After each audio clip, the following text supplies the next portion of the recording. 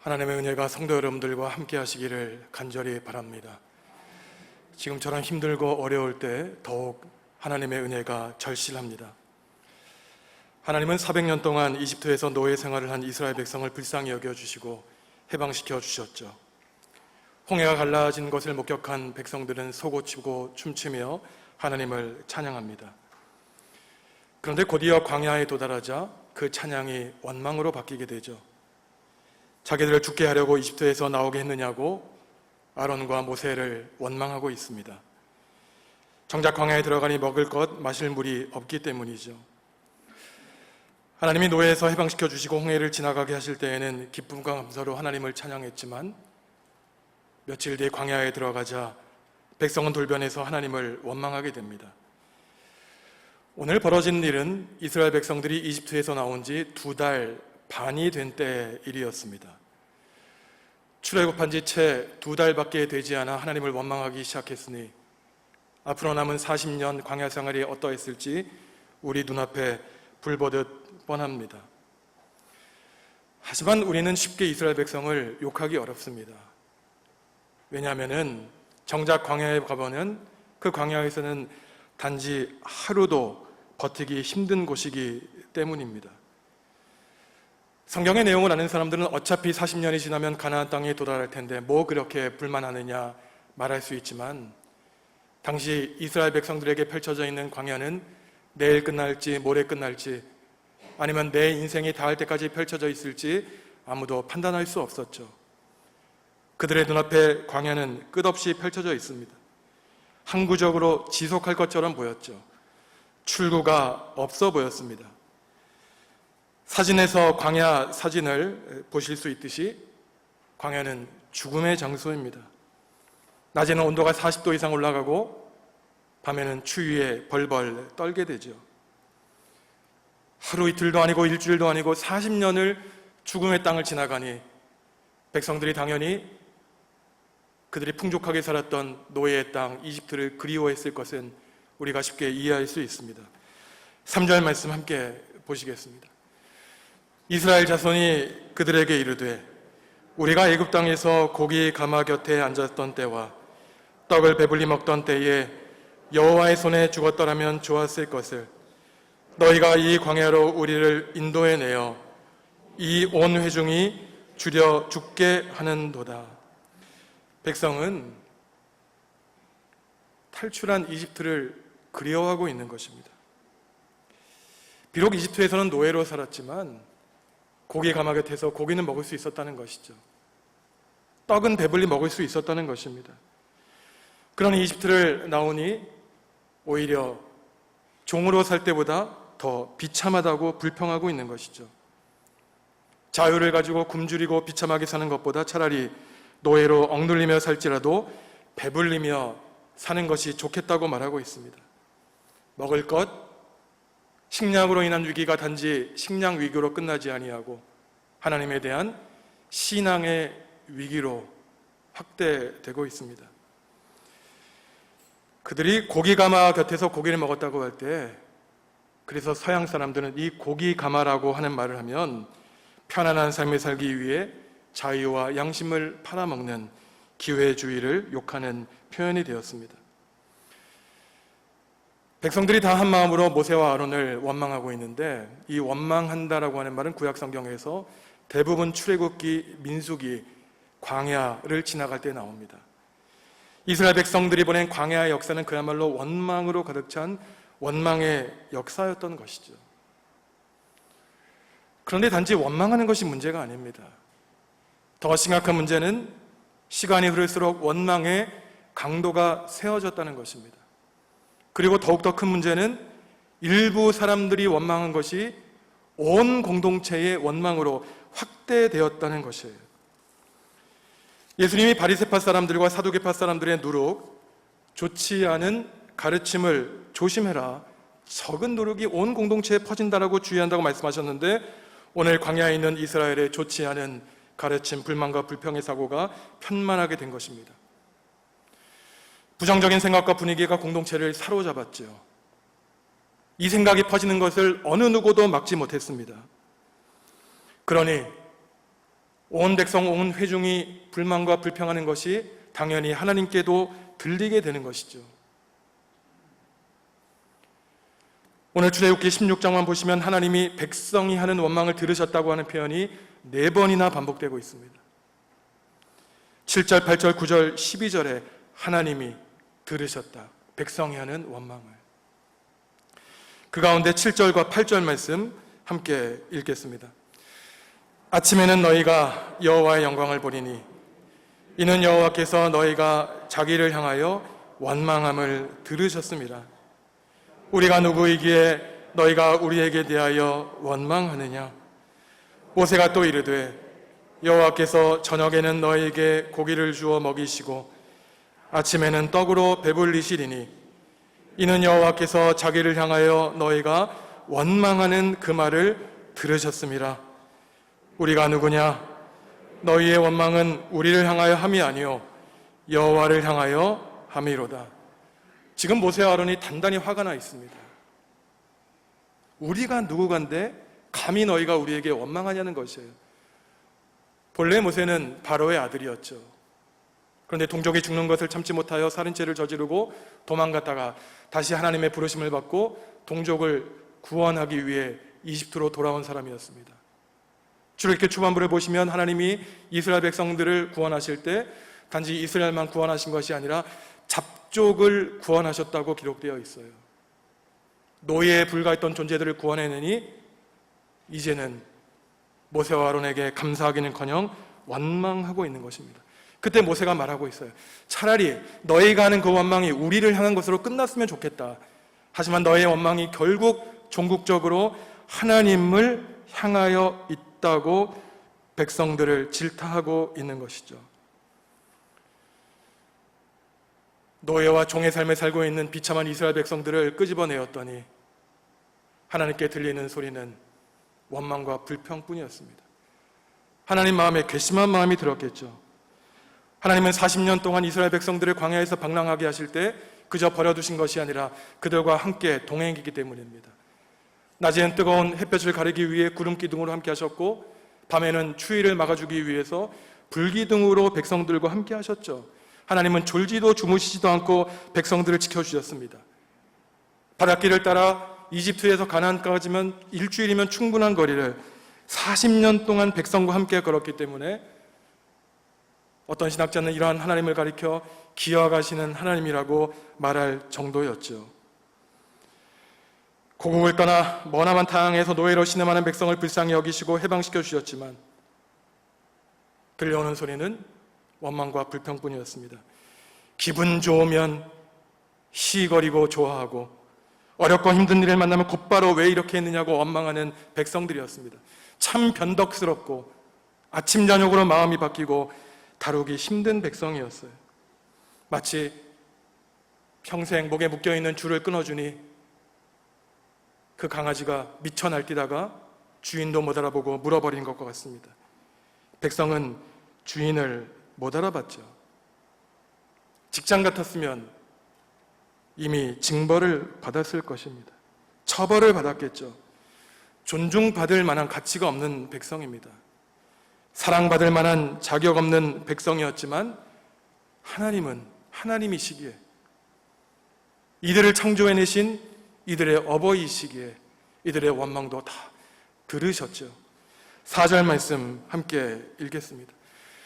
그때 여호와께서 모세에게 이르시되 보라 내가 너희를 위하여 하늘에서 양식을 비같이 내리리니 백성이 나가서 일용할 것을 날마다 거둘 것이라.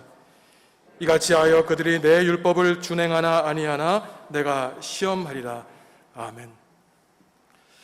혹시 여러분 같으면 여러분 앞에서 여러분 보이지 않는 곳에서 여러분을 원망하는 사람을 알게 되었다면 어떻게 하시겠습니까? 하나님은 사람과 다르세요. 우리 같으면 당장 벌을 내리겠지만 하나님이 지금 말씀하시기를 원망과 불평을 토로한 백성에게 하늘 양식을 비같이 내려주시겠다고 말씀하십니다. 이스라엘 백성들은 하나님을 가리킬 때 하늘이라는 표현을 썼어요. 그래서 신약 성경을 보면은 하나님 나라라고도 하고 하늘 나라라고도 하죠. 하늘에서 내려온 양식은 그래서 하나님이 주시는 양식이라는 뜻도 가지고 있습니다. 하루하루 일용할 양식을 우리에게 40년에 하루도 거르지 않고 주시겠다고 하나님이 약속해 주셨죠. 그 양식은 우리가 잘 아는 만나와 메추라기입니다. 떡과 고기예요. 예수님의 거친 들판에서 오병이어의 기적을 베풀어 주신 것은 바로 아버지 하나님의 사역을 이어받은 것이죠.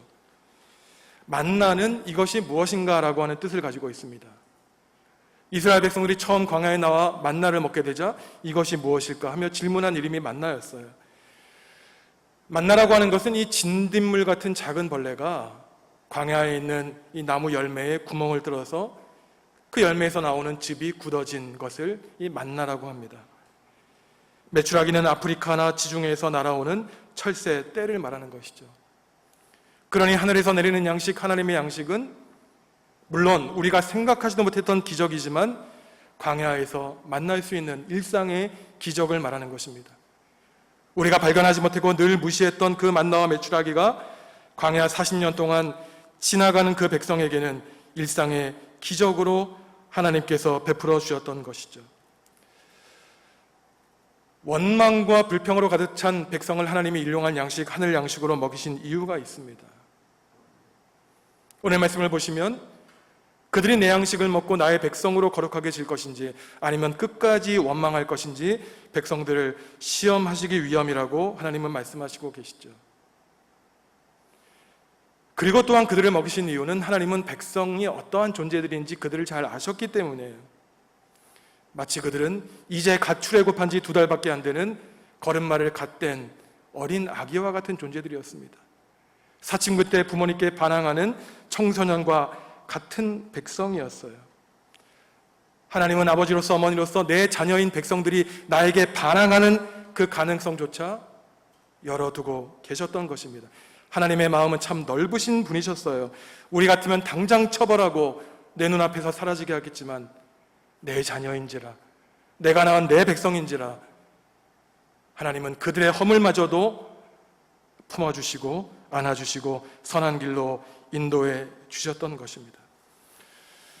그런데 하나님은 40년치 만나와 메추라기를 미리 베풀어 주시지 않으시죠. 하루하루 그날에 필요한 일용할 양식을 매일매일 베풀어 주십니다. 죽을 때까지 먹을 것을 쌓아두려는 노력이 반대로 신앙의 올무가 되는 것을 하나님이 아셨기 때문에 내가 죽을 때까지 돈과 연금을 쌓아놔서 내 힘으로 살아갈 수 있다는 것, 하나님 없어도 살 수 있다고 오만하게 생각하는 것을 하나님은 걱정하셨던 것입니다. 그래서 하나님은 하루하루 일용할 양식을 광야에서 베풀어 주셨죠. 우리가 예배 시작할 때 예수님이 우리에게 가르쳐 주신 기도를 드리지 않았습니까? 오늘 우리에게 일용할 양식을 주옵시고 내일 양식, 모레 양식 관심 갖지 말라는 것입니다. 내일은 내일을 염려할 것이요 예수님이 말씀하셨죠. 오늘 하루 순간순간 오직 하나님만을 바라보고 하나님께 의지하도록 예수님은 우리에게 기도를 가르쳐 주셨습니다. 오늘 하루를 온전히 주님께 맡기는 간절하고 온전하고 농도 깊은 기도를 드리게 하셨죠.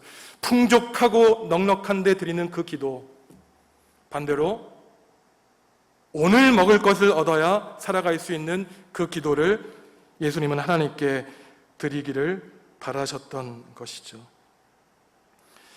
먹을 것, 마실 것 없는 그 광야에서 내가 가진 것이 아무것도 없기에 오직 의지할 곳은 하나님밖에 없기에 일용할 양식을 달라고 하나님께 간구하기를 하나님은 바라셨습니다.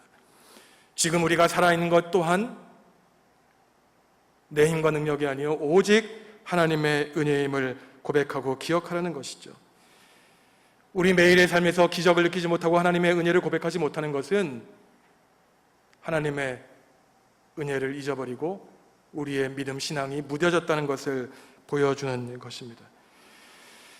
더 이상 하나님을 내 삶의 주인으로 모시지 않는다는 것을 말하는 것이죠. 내가 능력이 있으니 굳이 하나님을 의지할 필요가 없다는 것입니다. 인생이 광야와 같죠. 고단하고 피곤합니다.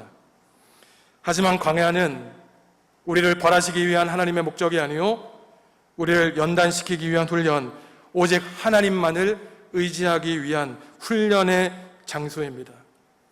내 힘과 능력으로 평생 먹을 것을 쌓아놓았기 때문에 우리가 살아가는 것이 아니라 하루하루 우리에게 주어진 시간에 최선을 다했기 때문에 하나님은 우리의 평생을 책임져 주시는 것이죠.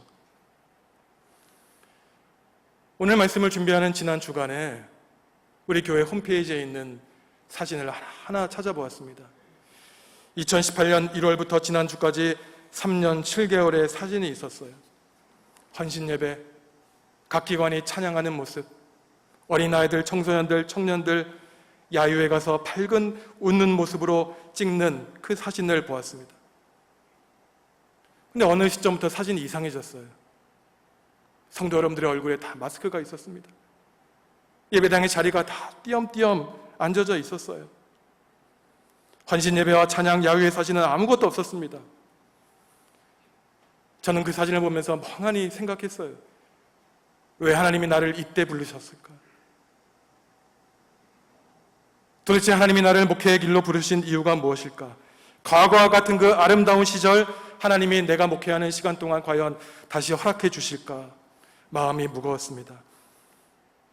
하지만 가만히 앉아서 성도 여러분들의 사진을 보았을 때 오히려 이전보다 어두운 얼굴, 마스크를 쓰고 있는 그 얼굴이 더욱더 애틋하고 사랑스럽고 대견하고 대단하게 보였어요.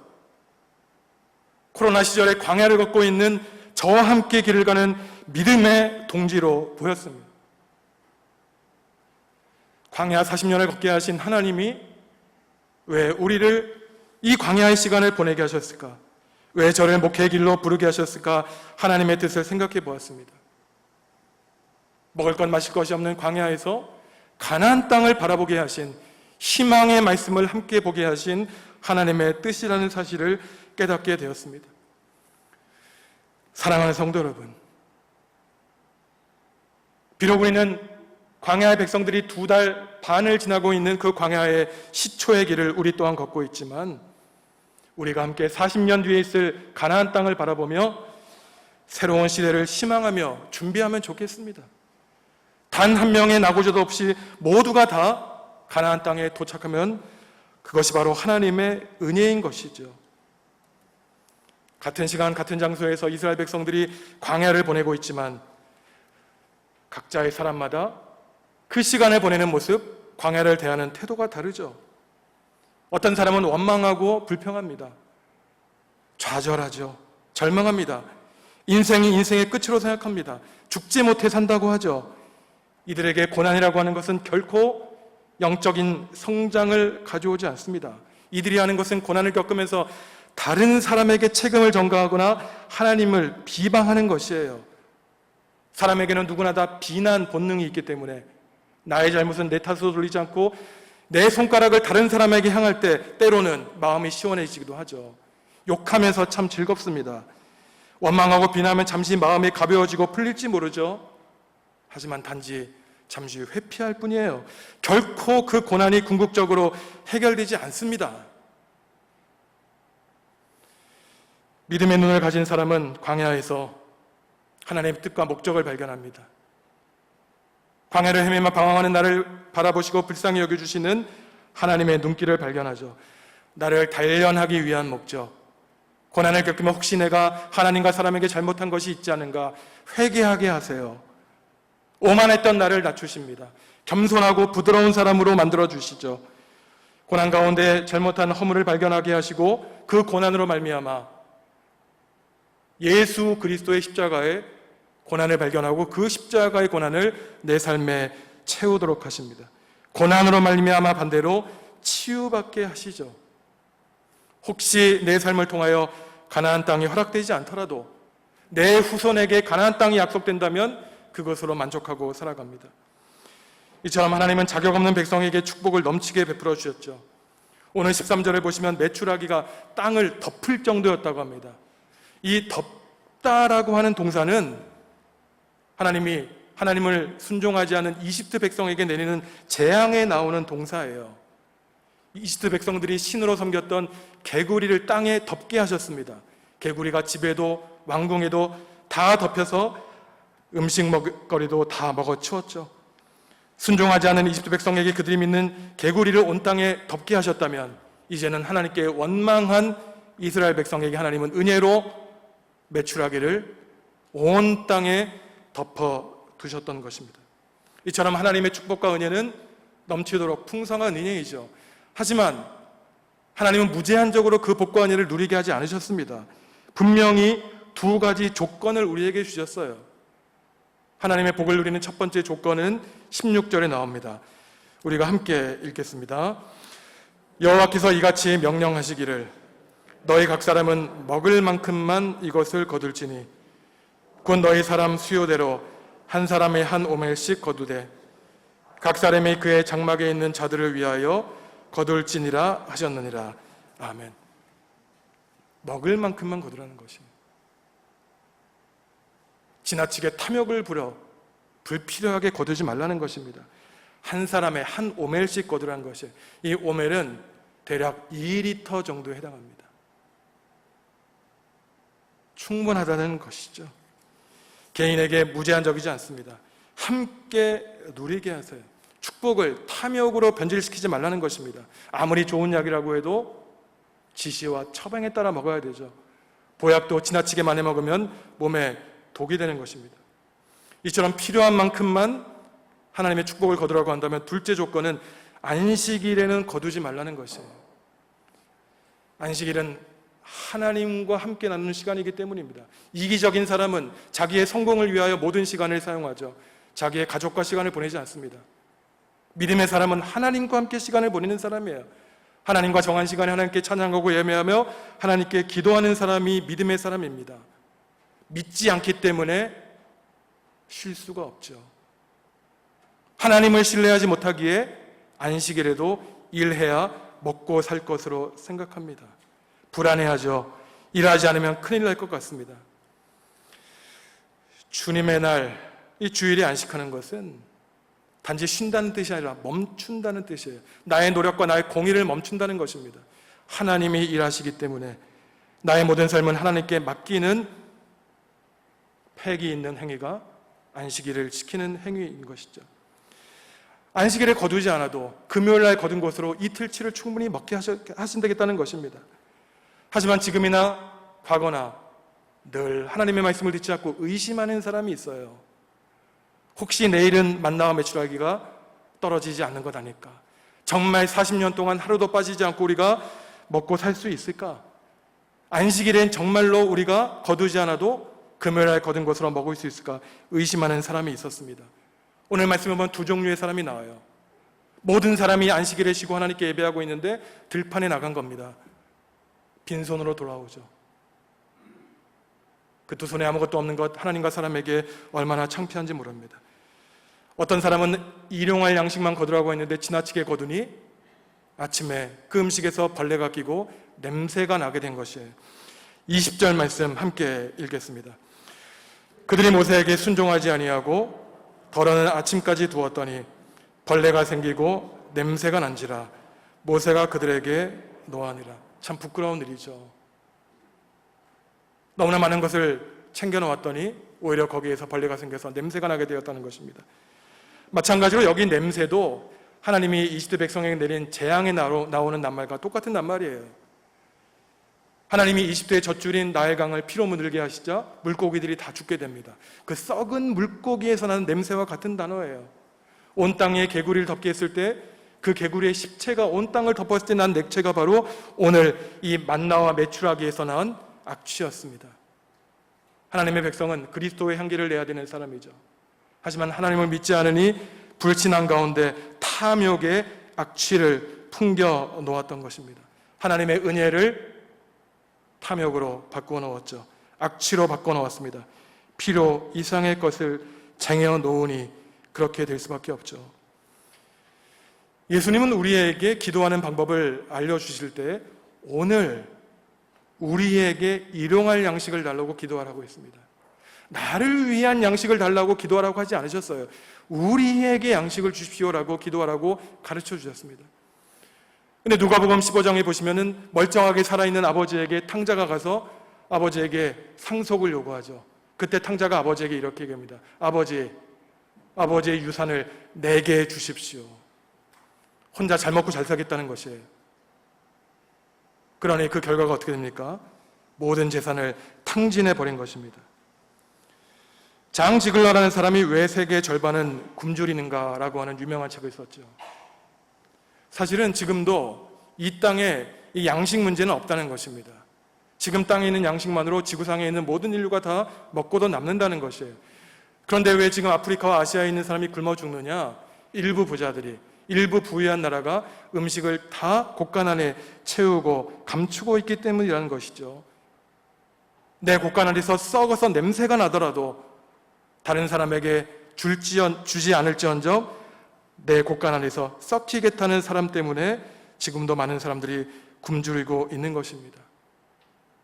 지금 우리나라에서는 100세 시대라고 얘기하고 있지만 전 세계 평균 연령을 보면 40세가 조금 넘습니다. 기아와 전쟁으로 어린 나이에 청소년들, 어린이들이 많이 죽어가고 있기 때문이죠. 이스라엘 백성은 욕심과 탐욕으로 하나님의 은혜를 변질시키지만 하나님은 다시 한번 기회를 주시고 참으시죠. 백성의 원망을 은혜로 대하십니다. 오늘 16장 마지막 단락을 보시면 모세와 아론에게 명령하시죠. 한 오멜의 만나를 항아리에 담으라는 것입니다. 40년 동안 만나를 당한 항아리를 성소 이동할 때 함께 이동하여서 40년 뒤 가나안에 들어갈 때까지 법궤 안에 담아두라고 말씀하고 있는 것이죠. 민수기 10장을 보시면은 하나님의 임재를 상징하는 법궤 안에 만나를 당한 항아리와 아론의 쌍난 지팡이, 십계명 두 돌판을 놓았다고 성경은 말씀하고 있죠. 하나님은 율법을 주시기에 앞서 40년 동안 하루도 빠지지 않고 우리에게 만나를 먹여주신 은혜의 하나님이라는 것을 우리에게 말씀해주고 계신 것입니다. 인생은 광야에 비유되죠. 삶의 조건이 취약하기 때문입니다. 부유한 사람이든 가난한 사람이든 먹을 것, 마실 것을 걱정하며 살 수밖에 없습니다. 하지만 하나님을 믿는 신앙의 사람은 모든 것을 하나님께 맡기기에 창조되신 하나님은 우리의 삶을 늘 새롭게 하시죠. 오늘 우리가 읽은 말씀을 보면 저녁과 아침이 계속해서 반복되고 있습니다. 뜨거운 광야길을 가고 저녁이 되어 쉬면은 하나님이 오늘도 우리를 인도하여 주셨다는 하나님의 인도를 알게 될 것이라고 말씀하고 있죠. 추운 밤을 지새고 아침에 일어나면 아침에 그 찬란한 햇빛 가운데 하나님의 영광을 보게 될 것이라고 말씀하고 있습니다. 저녁에는 고기를 주시고 아침에는 떡으로 배불릴 것이라고 말씀하고 있죠.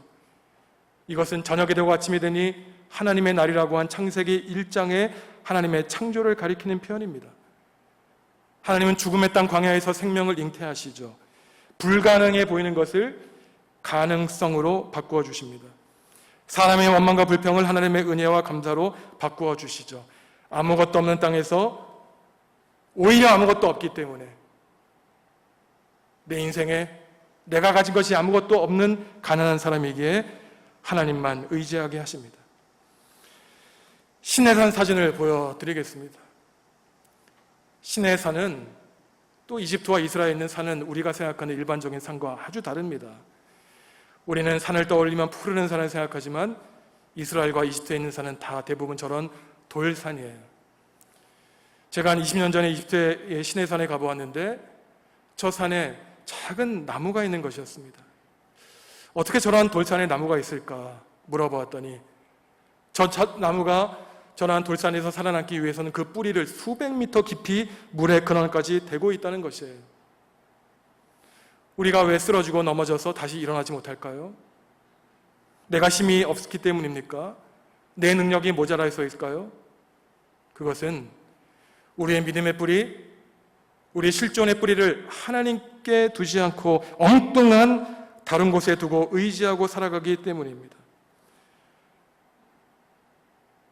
광야길을 가는 우리 인생길에서 우리가 발견해야 되는 것은 우리를 그 고난의 길에서 하나님의 거룩한 백성으로 다듬고자 하시는 숭고한 믿음의 사람으로 만들고자 하시는 하나님의 뜻을 헤아리는 것이죠.